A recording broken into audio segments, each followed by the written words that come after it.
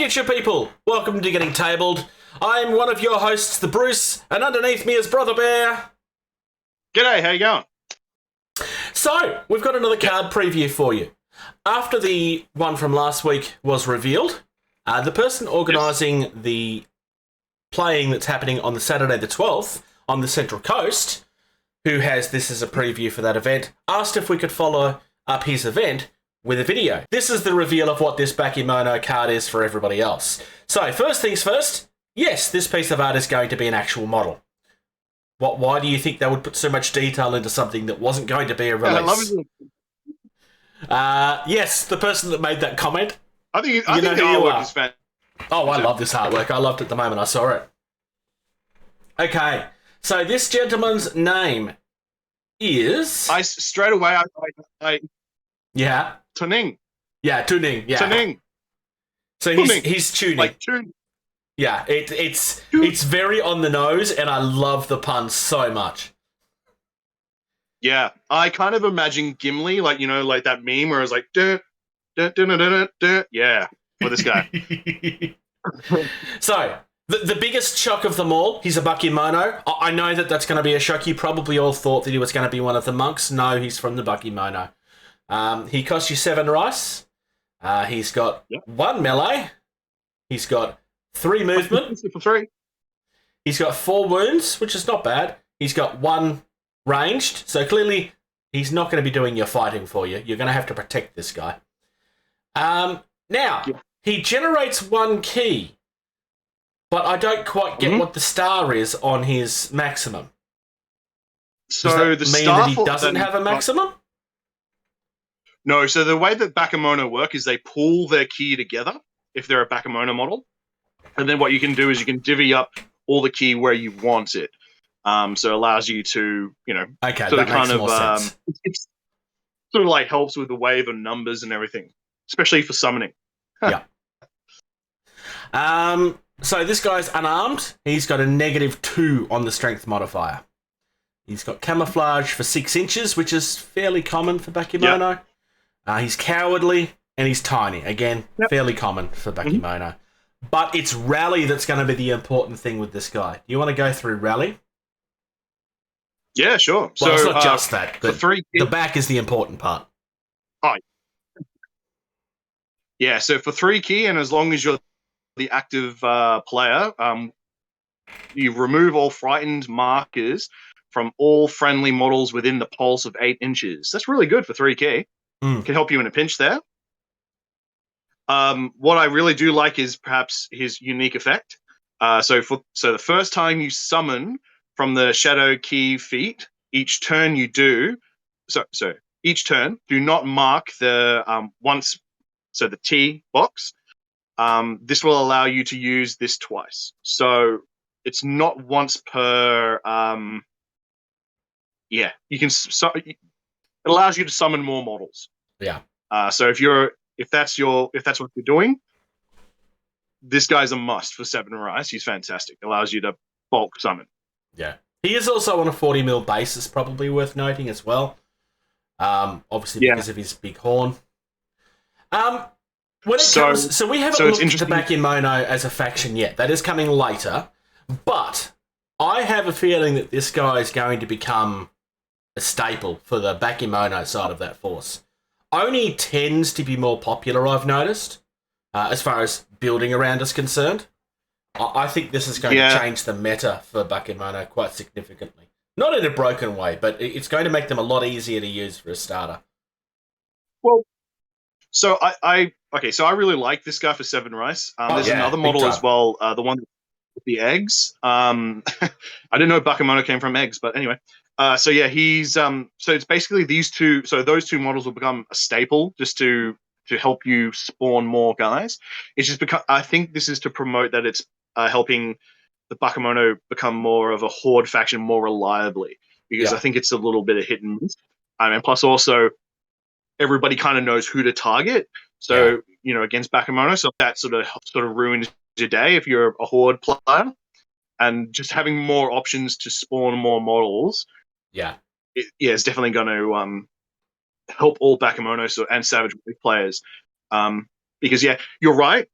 the Oni tend to be more popular because they're the really big guys. They're huge. They're big muscles. The big red sort of like demon monsters. Like they're really, really cool. But like your little gremlin guys don't usually get quite looked at. But this is a bit of a game changer. You're right. So tuning for Seven Rice is pretty good.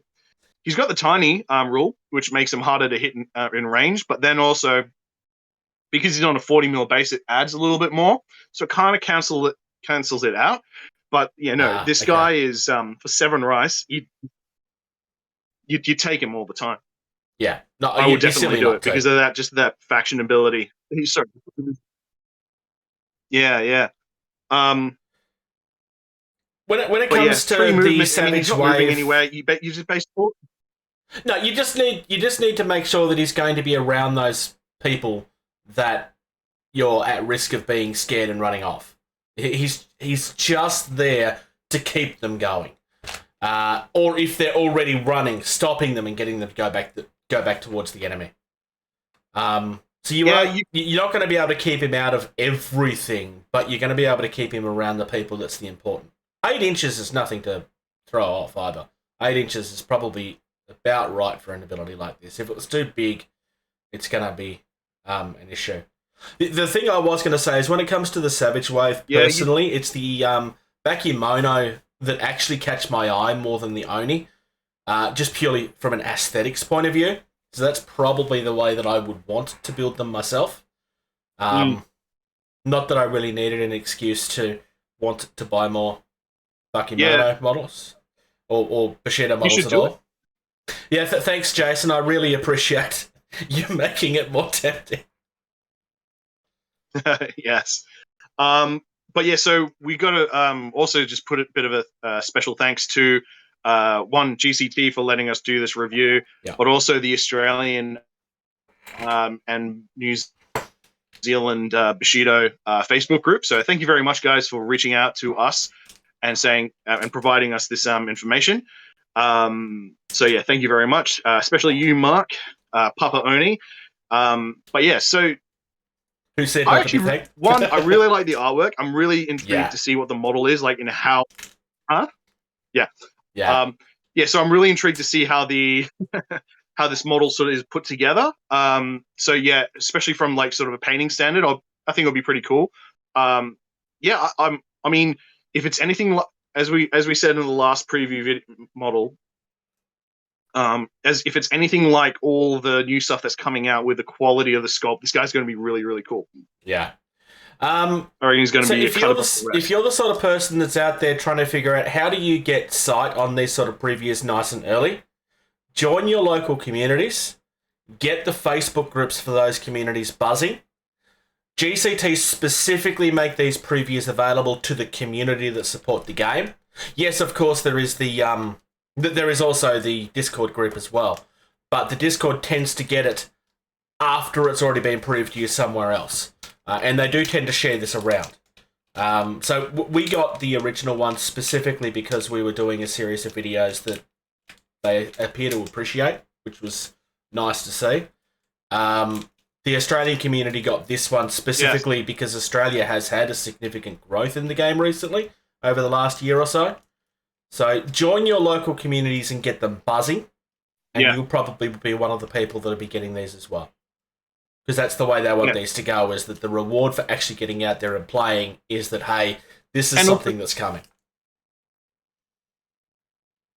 Yeah, and also, I mean, if you are a person who is playing Bushido in Australia or New Zealand, definitely join that Facebook group because one, you'll see previews like this more often as like obviously the community sort of grows, but also the same fact is you'll be able to see what events are coming up. Say, for example, like there was the information for CanCon going up. Yeah. Obviously, this sort of like a friend on Saturday the 12th at Gosford, I think it is, the friendly sort of Central Coast get together is also listed there. But also, if you're hosting an event, you could post it there and get the word out. It's in this day and age, it's definitely worth doing that. Plus, also you get to see these cool models. Yeah.